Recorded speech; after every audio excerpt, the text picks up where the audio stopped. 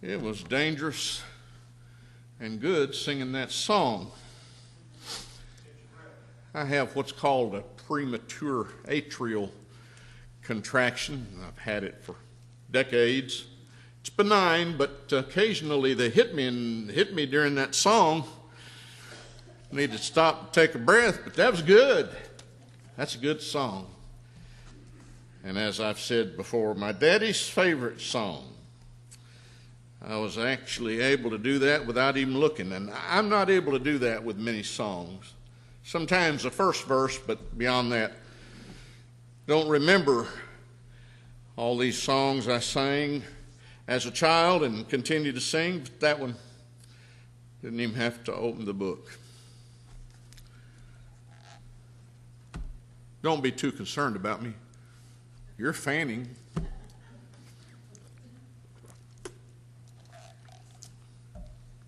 Dickie some time ago printed off for me these two pictures with two chimpanzees in them, and above them the cartoon kind of bubble, with statements.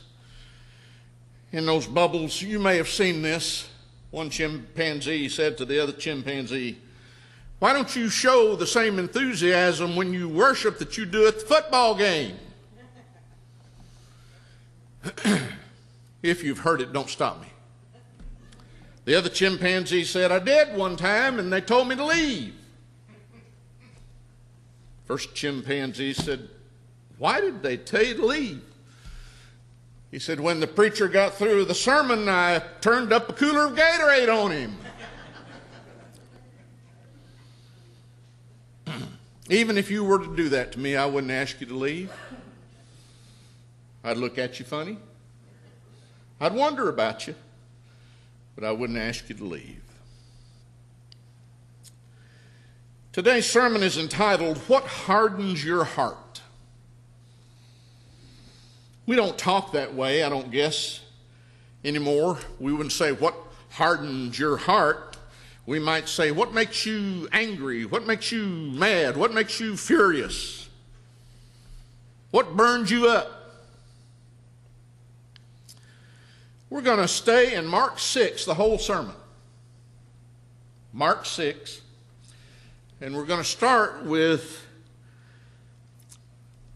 toward the end of the chapter and work our way back, actually. Not the very end, but Mark 6:46 through 52. There is one more small section after that, but 46 through 52. Mark chapter 6. This is about Jesus and his disciples, and when he had sent them away, he departed to the mountain to pray. Now when evening came, the boat, and this is what the disciples were in on the Sea of Galilee, the boat was in the middle of the sea, and he was alone on the land. He could see them out there. Then he saw them straining at rowing, for the wind was against them. Now about the fourth watch of the night, that would be the last 3 hours of the night, he came to them, walking on the sea, and would have passed by them. Other translations say he was going to pass by them. They're struggling to row against the wind. He's out there walking on the water, and he's just planning to go by. And when they saw him walking on the sea, they supposed it was a ghost and cried out, for they all saw him and were troubled. Again, thinking this is a ghost, an apparition, a spirit. What is this? Calling out, it says, crying out, in fact. But immediately he talked with them and said to them, "Be of good cheer. It is I. Do not be afraid." Planning to go by. They're crying out, and so he says, "Be of good cheer. It is I. Do not be afraid." Then he went up into the boat to them, and the wind ceased, And they were greatly amazed in themselves beyond measure and marveled. I don't know how you could say that more emphatically. This is written by Mark, but the Holy Spirit moving him to write what he writes. Look at it again. Greatly amazed beyond measure and marveled.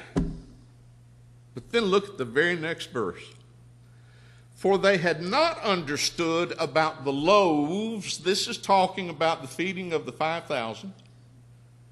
They had not understood about the loaves because their heart was hardened.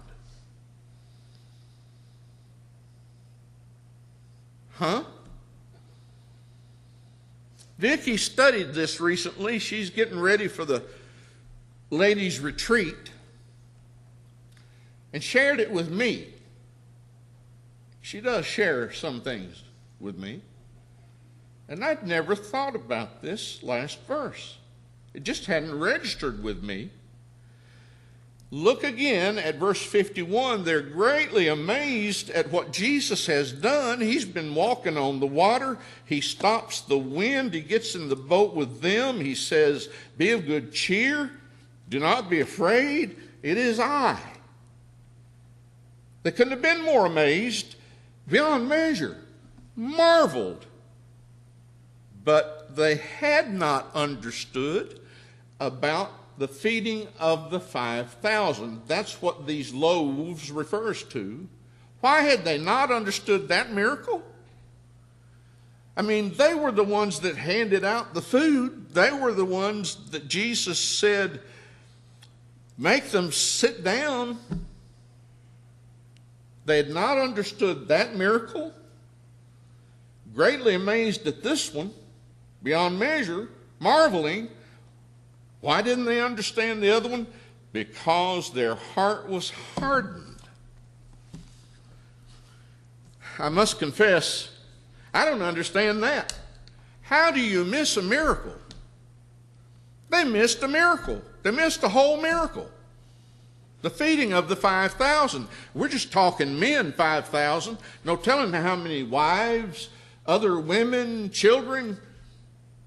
They, again, the ones who are handing out the food, once Jesus miraculously turns 2 fish and 5 loaves or whatever into enough to feed everybody with baskets left over, 12 baskets full left over. They missed that. They didn't understand that because their heart was hardened. They understood him helping them when they were in trouble, when they're scared to death, crying out. They got that. That greatly amazed them. That made them marvel beyond any kind of even human understanding. But they didn't understand about the loaves. So we're going to go back. Let's go back to verse 30 of this same chapter and work our way up to where we just read. See if we can understand what they didn't understand and why they didn't understand it. What's the question for today? What hardens your heart? What hardens my heart? What upsets us to where we can't see straight? We can't think straight. I'm so mad. I'm so angry.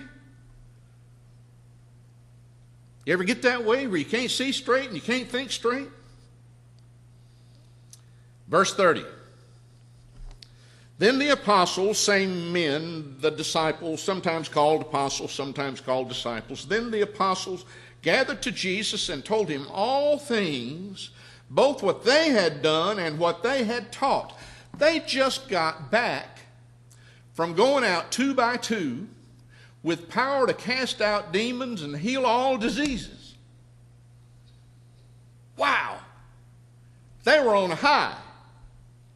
Kind of like Philip and Mike Friday night, who went out visiting in this community. He's on such a high, he had to call me. Tell me all about it. And then I was on a high. I said, man, you're pumped, and now I'm pumped. And I'm going to share a little bit of that with you. I hope it's all right with him and Mike for me to do this. I've got all authority in this pulpit, okay? Okay, God's got all the authority, but he allows me to stand in this pulpit. They ran into Grady and Gale. Didn't realize they were going to run into Grady and Gale, but what were Grady and Gale doing? Eating popcorn. Okay? And they're here today. Great. That's great. Last place they went, a man only given 2 months to live. They prayed with him and his wife. And his wife, according to Philip, hugged on them and hugged on them and hugged on them. One person, only one person, didn't want what they were passing out, didn't want to talk to them, sent them on their way. But they came back the same way they had gone, I guess to find their car. When they came back, he was outside apologizing to them. Give me what you're handing out. Don't tell me God was not at work Friday night through Philip and Mike going just some houses here in the community. Another person they ran into said, I used to come to church there at Cheap Hill. What do you reckon they said? Come on back. Come on back. These apostles, these disciples are pumped. They've been casting out demons, healing all diseases, telling Jesus about it, what they did, what they taught. And he said to them, come aside by yourselves to a deserted place and rest a while. You've been working hard. It's time to take a rest. And don't you know they were glad to hear that? What's the very next verse say, though, or that part of that verse? For there were many coming and going, and they did not even have time to eat. These apostles had not had time to eat. Jesus says, now you come over here in this deserted place and you rest a while. But still people are coming and going. So they departed to a deserted place in the boat by themselves. They're going to go get some rest. What's the next verse say? But the multitude saw them departing, and many knew Jesus and ran there on foot from all the cities. They arrived before them and came together to him. They get there ahead of the disciples, multitudes of them. And Jesus, when he came out, saw a great multitude and was moved with compassion for them because they were like sheep not having a shepherd. So he began to teach them many things. When the day was now far spent, okay, this is taking all day, his disciples came to him and said, this is a deserted place, and already the hour is late. You know, they haven't had any rest yet because of the multitude. So now they're saying, it's late. We are in a deserted place. Send them away that they may go into the surrounding country and villages and buy themselves bread. It's late. Send them away. For they have nothing to eat. Now the disciples acknowledge that. They don't have anything to eat. But I'm not sensing real care here. I hope I'm not misjudging. I'm not sensing real care here on their part. We know that Jesus was moved with compassion, but I'm not necessarily getting that from them. This is a deserted place. You know, you did tell us to come over here and get some rest. Now, you've been dealing with this all day long. It's late. Send them away so they can go buy something to eat. They're hungry. But he answered and said to them, you give them something to eat. Now I'm getting a little ahead of myself here, but maybe that's the best. That's a command. You give them something to eat. They're wanting him to send them away, I think, so they can get some rest. Whew. Now he's putting more on them. You give them something to eat. And they said to him, shall we go and buy 200 denarii worth of bread and give them something to eat? You want us to go? I thought you wanted us to rest. You want us to go? Of course, that's not what he's thinking. But he said to them, how many loaves do you have? Go and see. And when they found out, they said 5 and 2 fish. Okay, that's not enough. Send them away so they can go get something to eat. They don't have anything to eat. Then he commanded them to make them all sit down in groups on the green grass. So they sat down in ranks, in hundreds and in 50s. And when he had taken the 5 loaves and the 2 fish, he looked up to heaven, blessed and broke the loaves, and gave them to his disciples to set before them. And the 2 fish he divided among them all. So they all ate and were filled. 5,000 men we know, and no telling again how many women and children. And they took up, this is still the disciples, working here. They took up 12 baskets full of fragments and of the fish, walking through thousands and thousands of people to take up the baskets left over. Now those who had eaten the loaves were about 5,000 men. Again, I hope God will forgive me if I am interpreting some of this differently, but I'm trying to understand why they didn't understand about the loaves. I'm trying to understand it was because their hearts were hardened. What would have hardened their hearts after they had had such a glorious limited commission, is what you'll hear it called, when they'd gone out 2 by 2 and cast out demons and healed all the sick?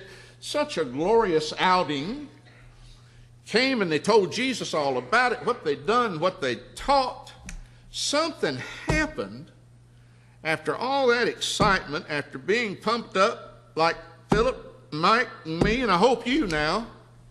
Something happened to harden their hearts where they didn't understand about the loaves, the 5 loaves and the 2 fish. What don't you understand? It's a miracle. I mean, what would we say today? Duh, it's a miracle. You can't feed 5,000 men and all the others there with only 5 loaves and 2 fish unless it's a miracle. You missed a miracle. Have you ever missed a miracle? I almost titled the sermon that, Don't Miss a Miracle. Look out now. You're going to sound charismatic if you say too much like that. For years and years and years, I said that there were no miracles anymore. God forgive me. God forgive me. What I meant, no miracles through the hands of men anymore. And I actually still believe that. I don't believe there are any miracles through the hands of men anymore. But my God is as miraculous as he's ever been. All things possible with him. So I've stopped saying there aren't any miracles. God is a miraculous God still. And I think we probably miss miracles in our own lives. I'm not talking about these instantaneous healings or the casting out of demons. I'm not talking about that kind of supernatural work through the hands of these apostles, even Christ in the flesh, able to perform miracles. But I think there are a lot of miracles that God is still doing that we're just not attuned to because our hearts are hardened. In the Sunday school class this morning, we talked about those who had closed their own eyes, shut their own ears, and their hearts had been waxed gross is the old King James expression for it. The heart had just grown hard. And I think all of us are guilty of that sometimes. Miracles pass us by because we're not seeing with spiritual eyes, we're not hearing with spiritual ears, and our hearts are hard. It's easy for me to say, as I just said, I don't know how they missed that. Duh! What have I missed? What have you missed in our own lives? Not with physical eyes to be seen or with physical ears to hear, but spiritually, what are we missing because of hardened hearts? You saw on the screen Marshall watching the baptisms here last Sunday, and I love what Vicki put up there. I didn't know it till I got here today. I don't look at what she prepares for the screen ahead of time. An humble child watching those baptisms and how we should humble ourselves like a child before all the blessings that God provides. I think their hearts are hardened because they don't want to be bothered right now. Just got back from that limited commission, excitedly told the Lord about it. He says, go get some rest. We want some rest. And here these multitudes get there before they do. And Jesus there all day, till late in the day, because of the compassion he had for them. The disciples, of course, the ones he says, you feed them. You pass it out. You take up what's left. Their hearts are hardened. They don't want to be bothered. What about us as Christians? Do we get to where we just don't want to be bothered? Even when the need is so great, the opportunity is phenomenal, but I don't want to be bothered. I want to go rest. I don't have time. And I'm not excited about that. Now, I was excited when I was casting out demons and when I was healing those sick people. But you want me to just serve these, their food, and then take up what's left over? I suspect maybe they're hardened because he is giving them commands. You know, Jesus does give commands, right? I think in recent decades, maybe because of too much emphasis on grace, maybe, we've kind of come to the place where we just don't think there are any commands to obey anymore. Feel-good preaching, feel-good religion, and I do believe we ought to feel good about our spirituality. Religion sometimes means other things to people. But there are commands. And I don't think he's barking at them, but it says he commanded them. Make them sit down. He said, you feed them. Of course, I'm sure at that point they couldn't imagine what he was talking about, because when they did go see what they had, and he told them to do that too, we've only got 5 loaves and 2 fish, so send them away, hurry, it's late. They need to go buy something. They need to go buy something. You expect us to go buy something? 2 denarii worth of food wouldn't feed these people. And even look at verse 45. We didn't go quite that far. Verse 45, before we actually started. Immediately he made his disciples get into the boat and go before him to the other side, to Bethsaida. I thought we were going to get some rest. Okay, we got rid of them finally. They're all fed and a lot of food left. Then he commands them. I like the way it's translated here. He made his disciples get into the boat, go on the other side of the sea, while he sent the multitude away. And there's one more point. You know I got to have 3 points. They don't want to be bothered, I think. They're a little tired of hearing commands, I think. Do this, do that, do the other. When they're wanting some rest. And the third point is actually from what we first read. He's about to ignore them. As he's walking on the sea, he intends to pass right on by them. Oh man, don't ignore me. I don't like it when you bother me. And I don't like it when you tell me what to do. But don't ignore me. Rowing, fighting the wind, and here he goes. Now again, they don't understand. They think it's a ghost, apparition, spirit, whatever you want to call it. It's him. He says, it is I. He didn't say it is me, because that's not grammatically correct. It is I. And when they cry out, he does minister to them. I think, I can't prove this even, I think when he went out, knowing they were rowing so hard, he was going to help them. It almost is humorous to me. I'll walk on by them just to see how they react. Again, don't know for sure, but maybe he's just going to walk on by them and see what they say or do. But they're crying out, and he's there for them. Maybe their hearts were hardened because they thought they were being ignored. But they are then greatly amazed beyond measure and marveling, though they didn't understand about the loaves because their hearts were hardened.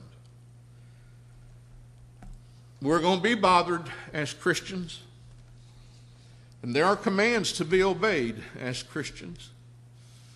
And we might even be ignored when we go out and want to leave something on people's doors.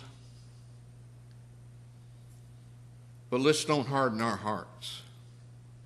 Let's don't miss the miracles that God can do in our lives and in the lives of others through us, that again we won't see with physical eyes or hear with physical ears. Certainly not the blood pump that's in our chest. But let's have spiritual eyes and spiritual ears and spiritual hearts, humble like that child on that screen earlier. The lesson is yours. If in any way you're subject to the invitation of Jesus Christ, will you harden your heart right now? We're going to sing a song to encourage you to do what 2 people did last week. Hear what Colby did at that pool at her home. Doesn't have to be in this building. I said last week, you don't have to walk down an aisle. You just let somebody know that you want to become a Christian, and we'll assist you in any way that we can.